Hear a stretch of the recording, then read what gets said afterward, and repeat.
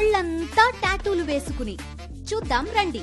పూర్తి వివరాలకు చదవండి రేపటి సాక్షి దినపత్రిక. అందరికీ నమస్కారం.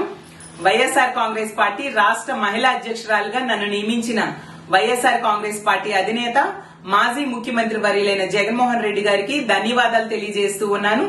నా మీద ఎంతో నమ్మకంతో జగనన్న ఈ బాధ్యతను అప్పచెప్పారు.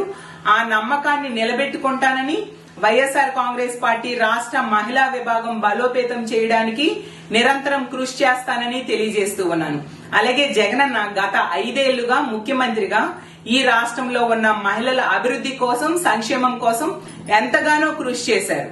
అంతేకాకుండా మహిళల్ని ఆర్థికంగా, రాజకీయంగా, సామాజికంగా ఉన్నత స్థానంలో కూర్చోబెట్టడం కోసం పాలనాపరంగా ఎన్నో సంస్కరణలు తీసుకురావడమే కాకుండా మహిళల రక్షణ కోసం పెద్దపీట వేస్తూ దిశ చట్టం లాంటివి తీసుకొచ్చి ఒక మహిళా పక్షపాత ముఖ్యమంత్రిగా నిలిచారు. ఈ రోజు ఒక ప్రతిపక్ష నేతగా ఈ రాష్ట్రంలో ఉన్న మహిళల రక్షణ కోసం, అలాగే మహిళా సమస్యల మీద పోరాటం చేస్తూ ప్రభుత్వాన్ని, అలాగే పాలనా వ్యవస్థను మేల్కొలుపుతూ ఉన్న పరిస్థితి మనం చూసాం. జగనన్న చేస్తున్న ఈ పోరాటంలో మా మహిళా విభాగం అంతా కూడా జగనన్న ఆలోచనలకు, ఆశయాలకు అనుగుణంగా ముందుకు నడుస్తూ జగనన్న వెనక ఈ పోరాటంలో భాగస్వామ్యులు అవుతామని తెలియజేస్తూ ఉన్నాను. ఈ కూటమి ప్రభుత్వం చంద్రబాబు నాయుడు గారి నాయకత్వంలో 3 నెలలైంది ఈ రాష్ట్రంలో అధికారంలోకి వచ్చి.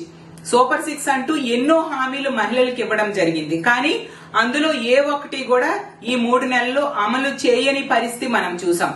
కాబట్టి మా మహిళా విభాగం తరపున ఈ కూటమి ప్రభుత్వం మీద ఒత్తిడి తీసుకొచ్చి ఈ హామీలన్నీ కూడా సక్రమంగా అమలయ్యేట్టుగా మేము కృషి చేస్తామని తెలియజేస్తూ ఉన్నాను. అలాగే ఈ కూటమి ప్రభుత్వం అధికారంలోకి వచ్చిన ఈ 3 నెలల్లో మహిళల మీద హత్యలు గాని, అలాగే అత్యాచారాలు గాని చాలా ఎక్కువగా పెరిగిపోయాయి. కాబట్టి మహిళల రక్షణ కోసం ఈ ప్రభుత్వం చర్యలు తీసుకునేంత వరకు కూడా ఈ కూటమి ప్రభుత్వం మీద మేము పోరాటం చేస్తూ ముందుకు వెళతామని తెలియజేస్తూ ఉన్నాను. అలాగే ఈ మహిళా విభాగం అధ్యక్షురాలుగా అవకాశం కల్పించినందుకు మరొకసారి కృతజ్ఞతలు తెలియజేసుకుంటూ జగనన్నకి ధన్యవాదాలు తెలియజేస్తూ సెలవు తీసుకుంటూ ఉన్నాను.